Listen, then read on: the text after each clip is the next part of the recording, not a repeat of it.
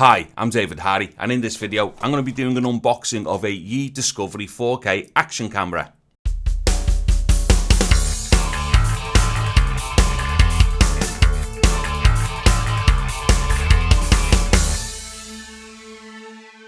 Okay, so what I'm going to be doing then is just a quick unboxing of the Yi Discovery 4K action camera, which is Yi's latest action camera. And then what I'll also do, I'll probably do a little quick comparison between it and two other Yi camcorders as well, just physically, just to see what we can see size-wise. And then what I'll do, I'll shoot outside, I'll do a couple of quick test shots, test the microphone, one or two little handheld shots, and then what I'll do, I'll come back and do like my initial quick summary. So this is going to be a fairly short video because this is just a quick unboxing and a quick kind of impression of what the camera is like on first use. Okay, so I'm just going to start opening this box. So this is the Amazon box that it comes in. Okay. Ugh. How hard is it to open a box? Yay, there we go. Let me get that out the box. Okay, so here is our box within a box. So what I'm going to do now is take the cellophane off and let's get inside this box and see what's with the camera.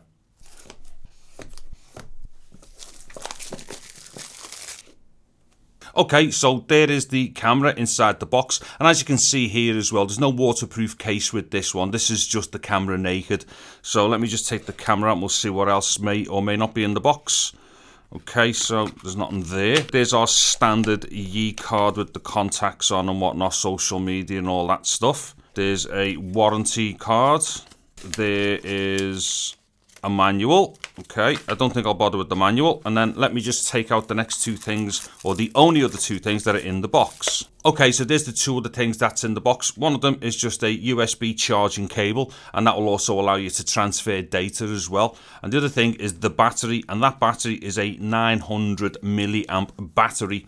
In fact, what I'll do while I'm here, I'm just going to check the size of that battery against another Yi battery. Okay, so as we can see here, I've got a Yi 4K Plus battery, and here's the battery out of the Yi Discovery. Now, the Yi 4K Plus battery is also compatible with the Yi Lite and the standard 4K, quite possibly other Yi earlier cameras as well, maybe.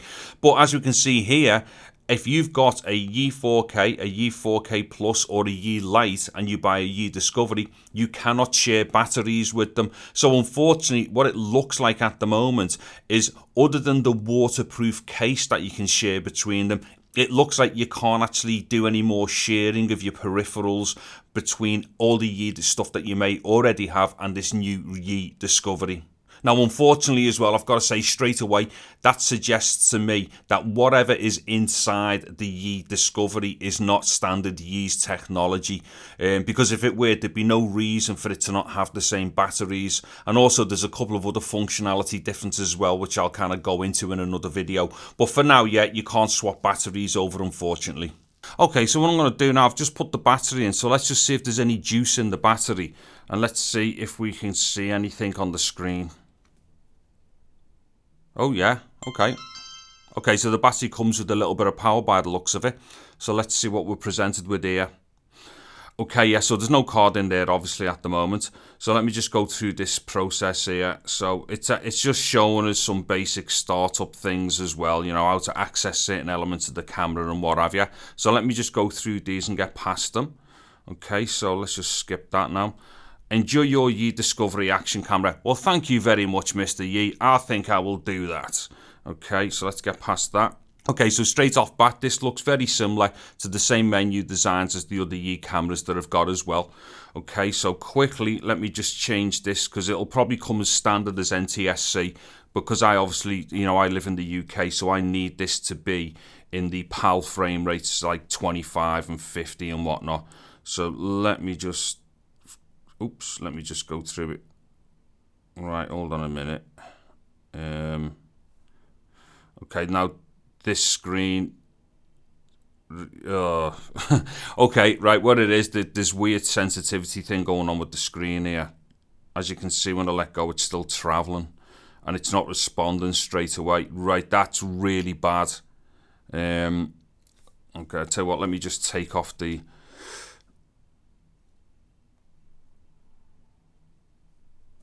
Okay, look, I'm not going to get stuck on this, alright, but straight away, immediately, I think this is a capacitive touchscreen and whatnot. It doesn't feel the same as what it does even on the Yi Lite.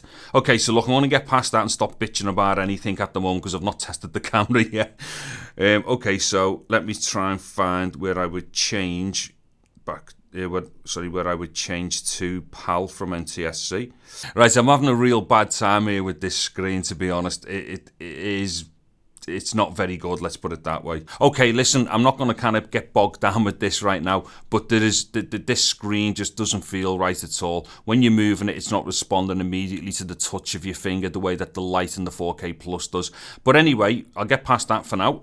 I've now found the video standard, so let me click on video standard. I'll change that to PAL. Okay, so that's changed to PAL, so let's exit out of that. Right, we're not going to see it on the screen, obviously, because I'm pointing it down at the table. So let's go back in here and see what my options are for shooting. Because what I'm going to do is just set this up to what I think is like, you know, your easy optimum kind of auto setup. So basically, let's go to resolution. Now, anything that says 4K and then 20 frames a second isn't 4K. So I'm not having it that it's a 4K camera. And that's not me being a camera snob or anything like that. But 20 frames a second is useless for everyone. So that is not 4K. So let me get past that. Now, the 1440p mode, that's 25. Let's see. I'm not entirely sure whether that's going to be a 4:3 aspect ratio. I'll check that out later. It might be 16:9. But let me go back to resolution again. So what I'm going to do now, I'll go to 1080 and I'll go to 1080 25. It's got 1080 50p here, but I normally shoot 25p. Let's see. I want the microphone on. That's good. But honestly, seriously, this screen is doing me head in. Right, white balance auto, ISO auto, that's fine. Sharpness, let's put that on medium. Okay, and the EV, we'll leave that for now because I don't know whether or not it shoots over or under. Right, I just don't want this to sound like a bitching video, but honestly, I'm really having a terrible time trying to get through this menu system. Right, so EV0 timestamp off. Okay, so there's all the functions on that menu system there, and let's see if there's anything else in here. Okay, because ideally I want to get rid of lens distortion. So, okay, let's see.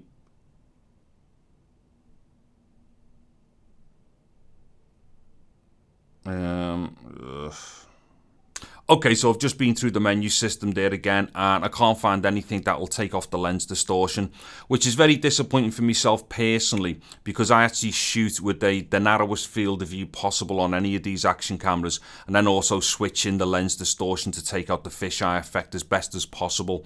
So yeah, that's a little bit of a disappointment for me, but you know, I still haven't tried it yet, and there might be other uses for me personally with this camera. So what I'm going to do now, I'm just going to kind of put it side by side with a couple of other Yis, just so we can quickly get a gauge as to what it looks like compared to the others.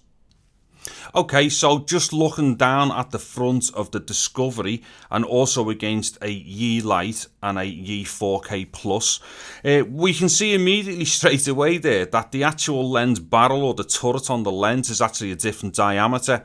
So two things there. If you've actually got lens caps for any other Yis, they won't fit on that one, unfortunately.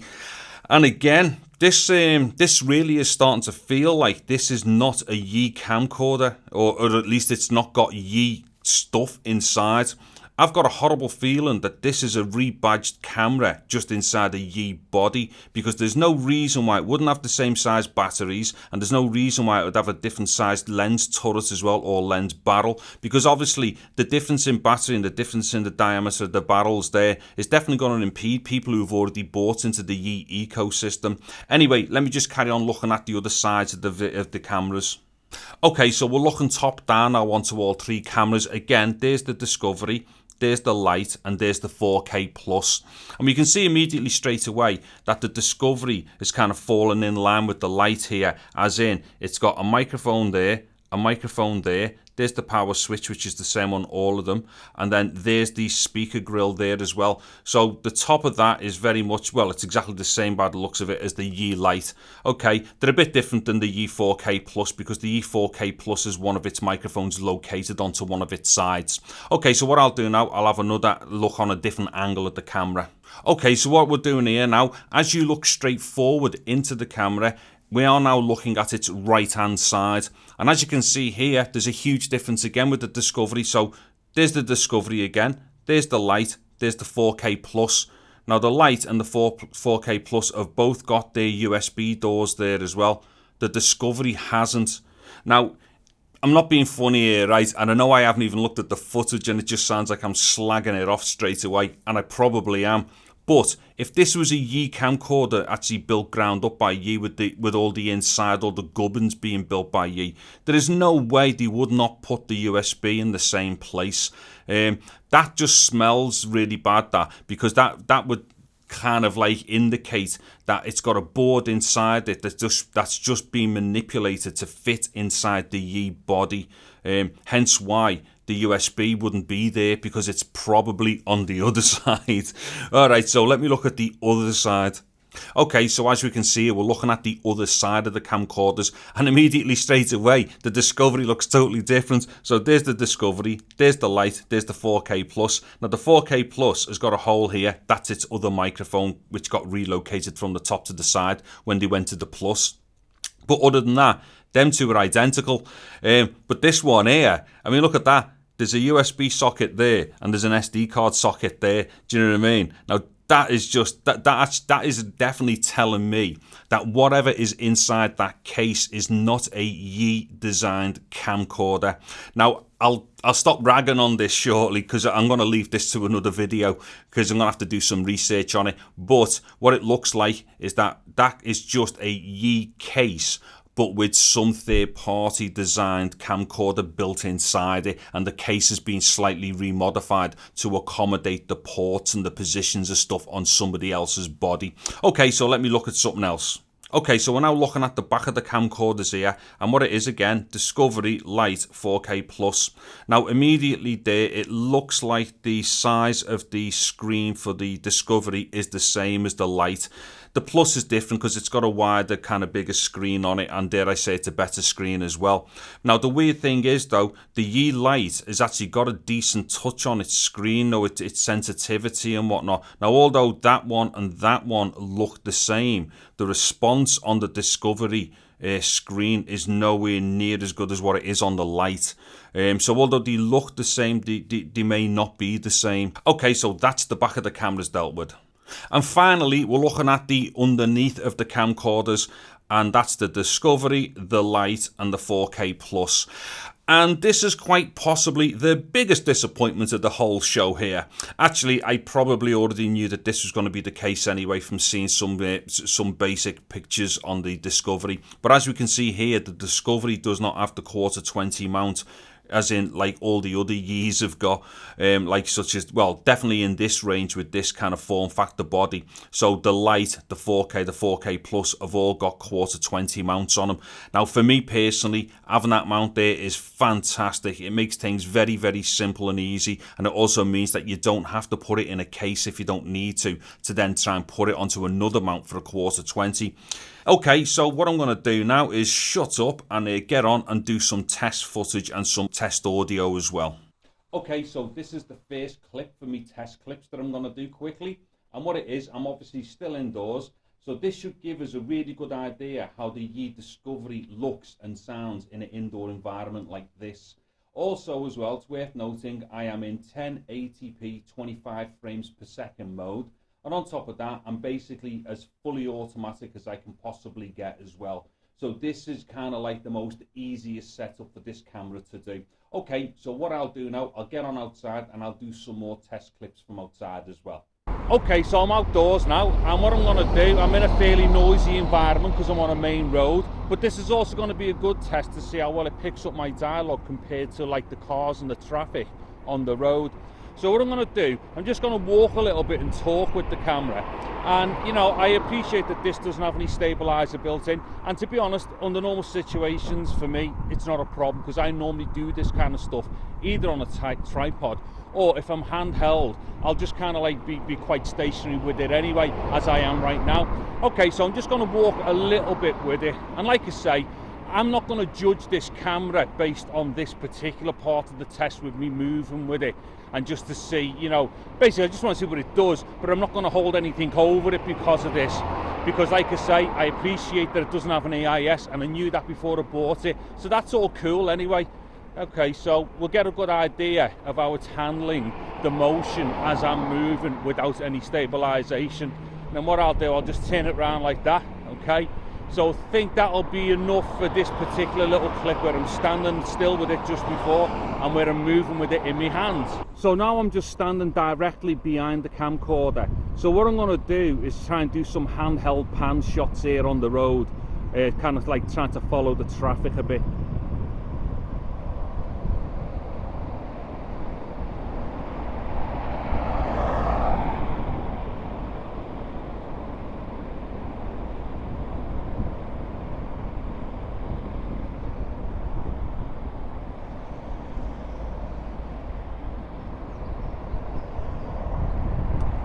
Okay, so like I say, that was just me panning it handheld, and again I'm going to appreciate that that won't be the best looking shot, but really we're kind of doing this just to see what the resolution's like, because we've already accepted that there's no stabilizer on it, so we'll suffer something with that anyway, trying to pan with it. But like I say, we'll have got a good gauge hopefully there about what the resolution's like on the picture. Okay, so that'll do for this shot as well. Okay, just another last quick test as well before I go back indoors and do a quick summary. What I'll do, I'm going to move in closer onto this bush, and then what we'll do, we'll see when the leaves go out of focus.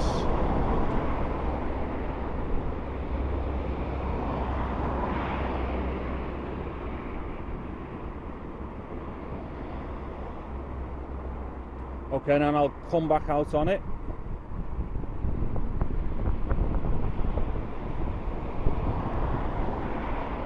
Okay, now what that particular test was for there was just to see how close we could get before it goes out of focus, because inevitably all action cams will go out of focus as soon as you get too close to something, because they only have one focal plane with the lens. Okay, so that'll do me now for all my quick tests. I'll go back indoors, do a little edit, and then I'll do a quick summary. Okay, so to the summary then. Right, to say that I'm disappointed would be an understatement, but during this summary I'm not going to just sit here and kind of slag off the camera for no reason. So what I'm going to do, I'm just going to put forward all the things that I noticed. Now these are going to be factual observations, these are not going to be me just kind of going, well, I don't like this. This is just all fact. First thing is the form factor of that camcorder, right? It is not the same as the other Yis in that range, and by that what I mean is the ports and whatnot are located in different positions, and it doesn't have a 1/4-20 mount on the bottom. Now I've only just thought on as well the big problem with the ports being in the wrong position. If you manage to get yourself some kind of skeletal case for the Yi, which obviously I've got a few of these things, they won't work with that camera because you can't access the USB port and the card port because it's on the wrong side. So not only is it kind of a bit inconvenient because it's not the same, it just will not work with anything else. And right now there are no cases that you can find anywhere that are specific to that particular version of a Yi camera. So yeah, the port thing, yeah, it doesn't work. It's all wrong. You can't put it in a case. And the other thing is as well, unless you put it inside the waterproof case, in which case you wouldn't be you wouldn't get access to any of the ports anyway, but you would understand that because you're meant to be underwater with it. But outside of that, if you wanted to mount that camera onto a pistol grip, you would have to use one of the skeletal cases, and like I've just said, once you do that you wouldn't be able to access them ports. And the one kind of saving grace I kind of initially thought about it was that the SD card was on the side, which means you can instantly get at the SD card and pull it in and out, which I think that's a great function of any little camera that can do that, as opposed to having to open up a door, get inside, pull it out, shut the door, all that stuff, because, you know, not that I'm gonna like complain about it, but with the 4K Plus and the Lite, you have to take it out of its case, undo everything, and then open it up and take the card out.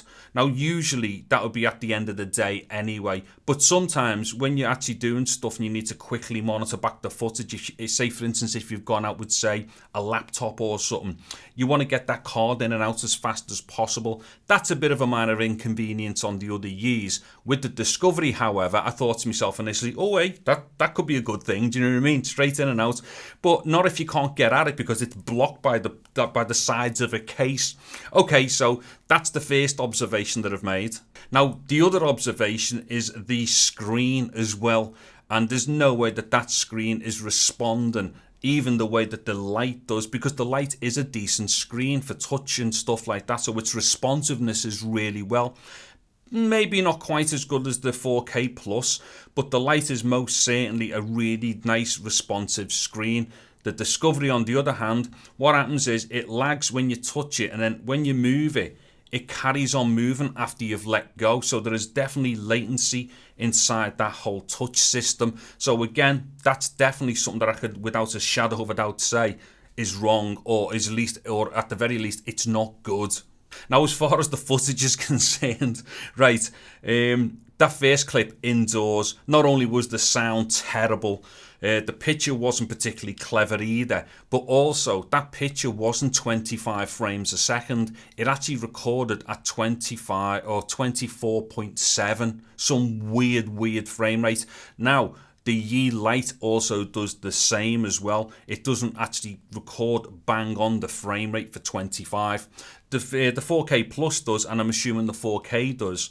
But that one there, not only was the sound terrible indoors, and there was nothing to interfere with it indoors either, but the picture wasn't particularly clever, and also it wasn't recorded bang on 25 frames a second. Now, when I got outside, the frame rates for them 3 clips that I did, they did come out at 25 frames a second. So I'm going to hazard a guess here that the camera, as part of its exposure routine, is quite possibly altering the frame rate as well in order to try and compensate for light and stuff like that. That's only a guess. But outdoors, it recorded 25 frames with them clips on the outdoor clips, but the audio was absolutely terrible. The pictures, again, weren't particularly clever, although there was one position that I was in where, you know, you could have lived with the picture to a degree as long as the camera wasn't moving. The lack of image stabilization, I'm not overly bothered about that, to be honest, like I'd said when I was recording. But the picture and the fact that you don't know whether it's going to record 25 on every clip or the exact frame rate that you've dialed in, that's a huge problem. Also, as well, when it did that focus test with the bush, I mean, that picture just went totally shot to bits. Now, it didn't do it with the other outdoor shots. Now, I'm wondering whether that's the encoder. So the MPEG-4 or the H.264 encoder that's built into it. I'm wondering if as I was getting closer, because the scenery becomes very complex, although you might think it's a simple scene because it's just like a green plant, as it were, it is actually quite a complex thing for an encoder. So I've got a feeling that the encoder, just like its head fell off, which is the reason why it all went mangled. Now, the other thing here, all these things that I've noticed with regard to picture and the sound, although that was going on in my edit system, I played all them under Windows as well, and it did exactly the same thing. And, you know, and with regard to the audio as well, massively out of sync. Right, hugely out of sync. It was ridiculous. You couldn't possibly use it for vlogging or for doing any dialogue work. And on top of that as well, the audio is only recorded on one channel, being the left-hand side. So I've got a feeling that that's a mono source, which if it is, and I'm going to double check this as well, if it is, it's so disingenuous to have made it look like it had 2 microphones with the 2 holes on the top. Right, so they're all the things that I noticed, which you can't argue with. Now, I don't know if you think that it looked great, if you think it sounded great, if the other things that I think are issues, if you don't think that they're issues, then fair enough. But for me, that's not gonna work. Now, there is one thing in all this. There is a slight possibility that that particular camera is not like there might be a problem with it. There could be something wrong with it. Now, what I'm going to do, I'm going to get back in touch with the people who bought it off on Amazon, and then ask them, can I just swap it over, because there's definitely problems with it. Now, what I'll do, if I get the replacement, and if the replacement is better, I'll do a real quick video, more along the lines of just showing quick clips, just to show that, yes, that was that one that was like a bit duff. If, on the other hand, I get another one and it does the exact same things, I'll do another really quick video just to say, look, yeah, all the problems that are noticed in this video definitely are part of what the camera is like. Oh yeah, and just a quick point for me returning it back to the people who bought it off on Amazon. It's really quite suspicious that Yi themselves are not selling the Discovery on their Amazon shop. Not too sure why that is, but you would think that Yi themselves would be selling it ahead of another person selling it. But yeah, when I return it, it doesn't go back to Yi, it goes back to somebody else. Okay, yeah, so there we go. I'm sorry that I couldn't be a lot more positive about this, because I actually thought to myself, you know, when I bought it, I thought, this is great, another Yi camera, you know, and Yi are obviously going to be getting better and better and better with what they're doing. But no, this camera's gone way backwards. And I've had a quick look at some of the specifications. The CPU that it uses and the actual sensor are really old ones as well. So again, I do not think that whatever is inside that camera, I do not think that that is a proper Yi manufactured internal camera system. I've got a feeling that whatever is inside that is one of them camcorders that's been banging around, say, for the last 3 years or so, where you get loads of them just mass produced but put into different cases. So I've got a feeling that this is somebody else's design as far as the hardware is concerned, and all that's happened is Yi have put it inside one of their form factors. And if that is the case, it's really poor, because Yi are actually, you know, if you look at the 4K Plus, for instance, aside from the audio, it is hands down the best like small camera you can buy for picture.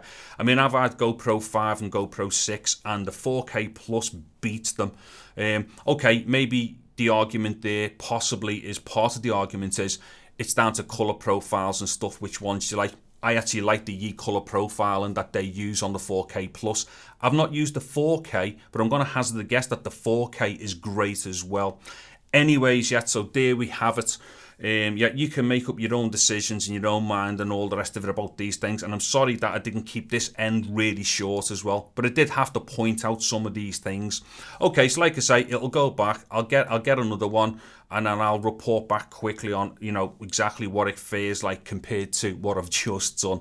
So the last thing that remains for me to say in this video is thank you very much for watching this video. Take care and goodbye now.